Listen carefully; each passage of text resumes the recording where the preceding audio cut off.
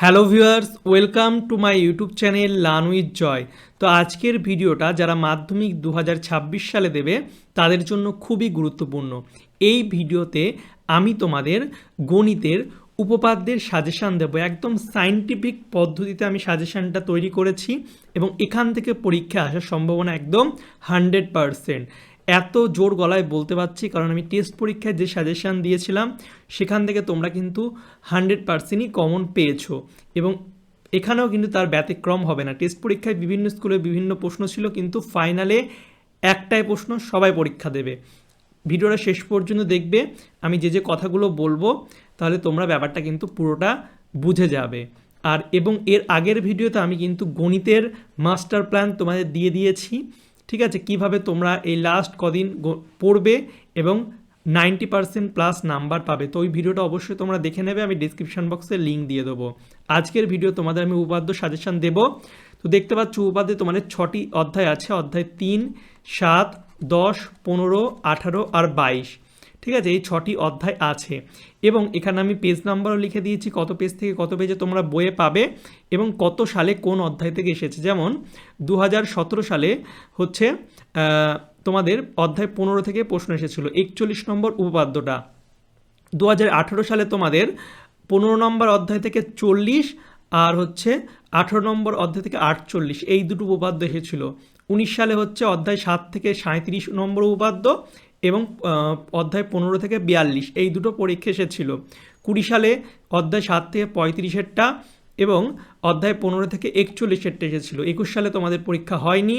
22 সালে অধ্যায় 3 থেকে 32-এরটা এসেছিল এবং অধ্যায় 10 থেকে 38-এরটা এসেছিল। 23 সালে 38-এরটা আবার দিয়ে দিয়েছিল, একটু ব্যতিক্রম টাইপের, আর 15 অধ্যায় থেকে 40-এরটা এসেছিল। 24 সালে 35 এবং 41, এই দুটো উপপাদ্য এসেছিল এবং 25 সালে 38 এবং 49, এই দুটো কিন্তু তোমাদের উপপাদ্য দিয়েছিল, ঠিক আছে।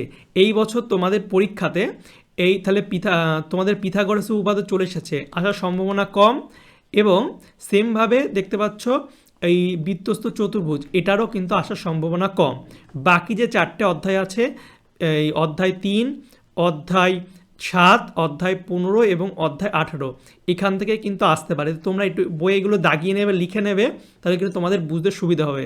আমি তোমাদের একটু ভালো করে দেখিয়ে দিচ্ছি। এই 6টা অধ্যায় আছে, তো এই দুটো থেকে তোমাদের অলরেডি পরীক্ষায় চলে এসেছে, আসার সম্ভাবনা কিন্তু কম আছে। এবছর যেটা আসতে পারে এই 4টে অধ্যায় থেকে আসবে এবং যে কোনটা বেশি গুরুত্বপূর্ণ তোমাদের বলে দিই। দেখো, অধ্যায় 15 থেকে কিন্তু প্রতি বছর মোটামুটি প্রশ্ন আসে। তো অধ্যায় 15টা এই বৃত্তের স্পর্শক, এটা ভীষণ ইম্পর্টেন্ট। অধ্যায় 15 এই বৃত্তের স্পর্শক ভীষণ ইম্পর্টেন্ট।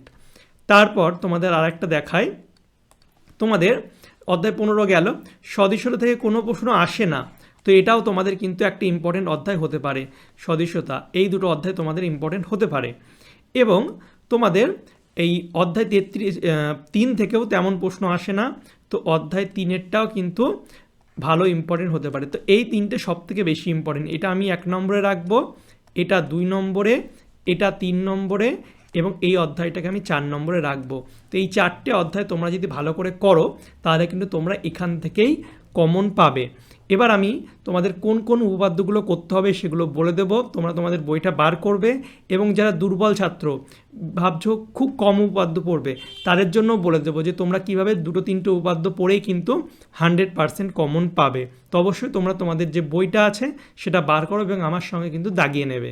দেখো, প্রথমেই তোমরা বার করো বইয়ের হচ্ছে 59 পৃষ্ঠাতে, ঠিক আছে, 59 পৃষ্ঠাতে অধ্যায় 3, এখান থেকে এই 32 নম্বর উপপাদ্যটা ইম্পর্টেন্ট আছে এবছরের জন্য। এটা 2022 সালেও কিন্তু এসেছিল এবং এর পরের তোমাদের এই 33, এই উপপাদ্যটাও তোমরা করে রাখবে কারণ এটা কোনো বছর দেয়নি, তো ইম্পর্টেন্ট আছে। তো এই অধ্যায় থেকে 32 আর 33 করবে তাহলেই কিন্তু হবে। পরবর্তী যে অধ্যায় আছে বৃত্তস্থ কোণ সম্পর্কিত উপপাদ্য, তোমাদের হচ্ছে 123 পৃষ্ঠা অধ্যায় 7, এখান থেকে তোমরা 34-এরটা করবে। এটা এই বছরের জন্য আমি বলবো ভীষণ ইম্পর্টেন্ট 34-এরটা। এবং 35-এরটা দেখতে পাচ্ছ 2020 আর 24 সালে এসেছিলো, এটাও খুব ইম্পর্টেন্ট। আর হচ্ছে 37, এই 3টে করলেই হবে। তারপরে তোমাদের অধ্যায় 15 থেকে হচ্ছে তোমাদের 40-এরটা করবে, এটা 2023 আর 18 সালে এসেছিল। এছাড়া তোমরা 41 এবং 42 এই কটা করবে। এবং তোমাদের হচ্ছে পেজ নম্বর 255 এই অধ্যায় থেকে জাস্ট একটা 48-এরটা এই কটা করলেই তোমাদের হয়ে যাবে। এটা হচ্ছে তোমাদের আছে 255 পৃষ্ঠার। তো এগুলো তোমরা একটু দাগিয়ে নাও। এবার তোমাদের আমি একটা ফাইনাল সামারাইজ করে বলছি, তোমরা ভালো করে দেখবে।